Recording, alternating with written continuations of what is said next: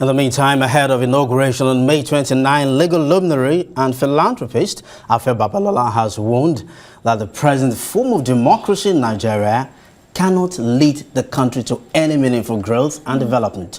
In an exclusive interview with the Rise News, Babalola states that no matter who was elected president of the country, they would still fail, and that's because of the inherent flaws in the 1999 Constitution. Babalola said only a return to the 1960 Constitution with its regional system of government gives each region the opportunity to develop at its own pace and can set the country on the path of greatness and prosperity.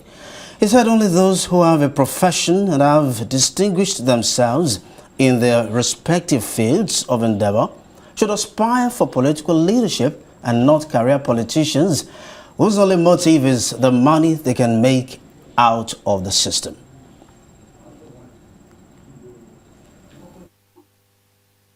This is a major problem.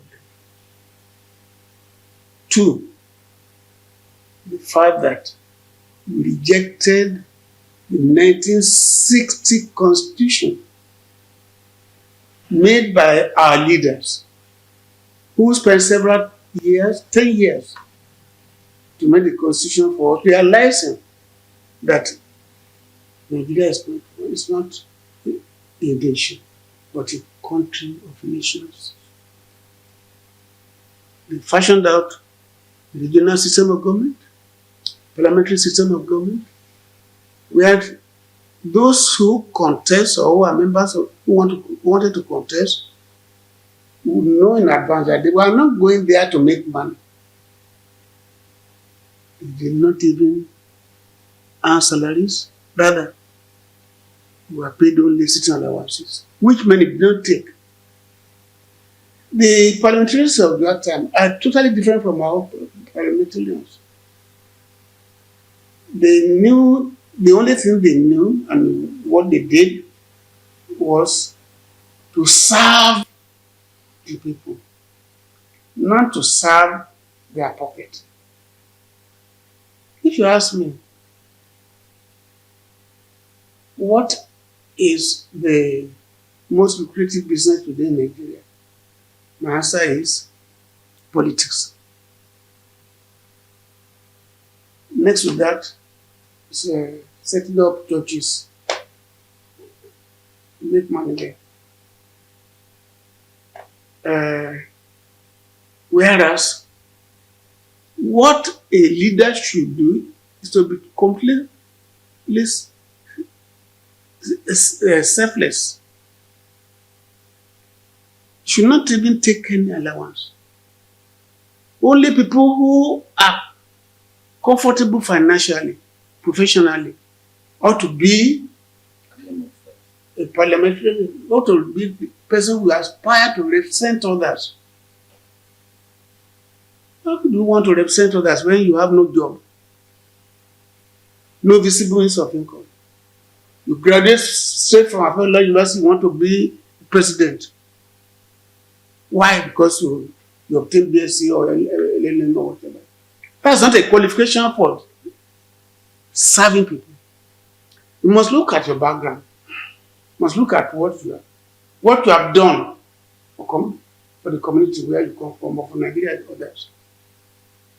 That's why I'll be advocating for a new constitution, or we go back to the old constitution. After when the army was going back, they gave us 1990 constitution, which they called our own constitution. I'm not part of it, you are not part of it. All they ought to have done was to go to the constitution, which was suspended by them. They suspended the 1960 constitution. They didn't abolish it. Without a new constitution, do you think Nigeria can ever make any headway? If a Gabriel comes to this world today and rules Nigeria within the constitution, he will fail. Very powerful interview there, and of course you can find it on our YouTube channel as well as our website arise.tv. Professor Abiodun Adeniyi, Deputy Dean, School of Postgraduates, actually joins us now to actually take a look at the position of the legal luminary. Professor Abiodun, thank you so much for being here. at 93, he's still clear with what he has been pushing for such a long time. He's saying the 1999 Constitution as amended, which we're using right now, cannot help us grow. So what is your reaction to what he's saying? He says we either go back to the 1960-1963 Constitution or get a new constitution. Basically, he's saying regional government might just be the way to go. Well, thanks for having me. Babalola is an institution, like we all know, more like an oracle, very, very difficult to controvert. You know, one of the legions of law that we have around this country, and of course, he also distinguished himself as a statesman and educationist, definitely a rounded person. So when he talks, you probably should know why he's talking. You know, but it's, like I said, very difficult to controvert him. But my concern is, I do not know if our problem is really constitutional, or maybe, or whether it is not with the operators of the Constitution, because we run a rentier system, a patrimonial rentier system, you know, where it's simply about reward, about loyalty. Nobody cares really about merit, you know, and of course the average citizen, the average leader simply see the state as an object, you know, to plunder, an object of plunder. And this has continued over many years, such that no matter the kind of law that you put in place, no matter the kind of constitution that you put in place, you know, the average leader tries to circumvent it, and of course towards self-aggrandizement. So I don't know, we have countries around the world that are not too, they don't have clear-cut constitution, like you say, or written constitution, sometimes flexible, sometimes tepid, but they are functioning fine because of the commitments of those citizens. Israel comes to mind, United Kingdom comes to mind. So in our own case, is it a constitutional matter, is it a legal matter, or is it with the operators of the system? So I think we need some stronger review, you know, probably focusing on the institutions that can be strengthened through the humans populating the system, the humans, one way or the other, rubbing off on the institutions, and the institutions helping not just the individual that is immediately rubbing up on it, but for a longer time, on a sustainable basis. So we're looking at what we need essentially, in my own opinion, are stronger institutions. You know, of course, stronger institutions will emerge from the Constitution, but it goes far beyond the Constitution to deal with the humans over the years, brought up in a different ways, thinking about money and more money and nothing else. And that money would often always come, you know, through the instrumentality of the state. So the state is at the mercy of citizens populating it.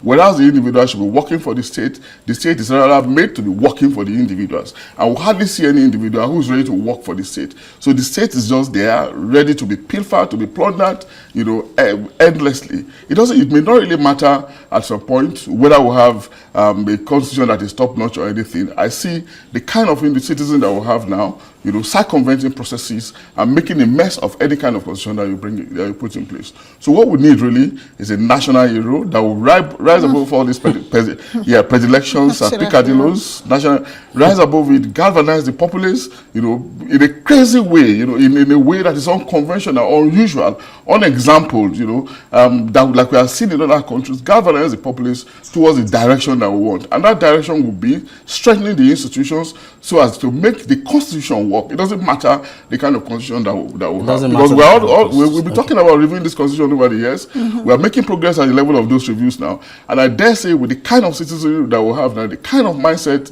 that is tailored towards, concerned only about loyalty, about self-aggrandizement. It doesn't matter the kind of amendment that you make, that they will not rubbish it at the end of the day. Professor Adeniyi, if we do not have the right leadership, the leadership with the right motivation, the right vision and mission. Right leadership, right motivation, right mission. Okay, it's like you read my mind where you mentioned Israel and the United Kingdom. We don't have a written constitution and only operate by conventions and referendum. Okay, now let alone those of us who have written constitutions. Now, so if you think that it's not about the constitution but about the institutions, what suggestions do you have so that we can strengthen our institutions? And of course, if you can marry that with this, do you strongly hold as well that we should go back to the regional system of government?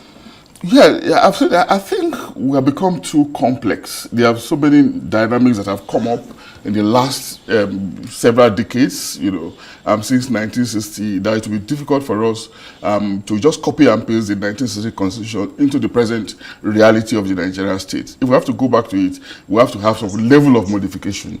We cannot just copy it the way it was then into the present circumstances. I mean, it's a matter of law. There have been changes. New realities are upon us. If we want to go back, copy it the way it is, it will just mean that we're not sensitive to the new dynamics, the new realities. And of course, we also know that institutions are inanimate objects. The humans that are supposed to run it are animate. What it means is that the humans running the system should be conscientious about building it. But it's the character of developing countries, character of African countries in Asia, South Pacific, apart from those ones that are risen to undermine constitutions, becoming constitutions and institutions, becoming stronger than the states, becoming stronger than the instruments of regulations, which is the states, and which is the institution and the constitutions.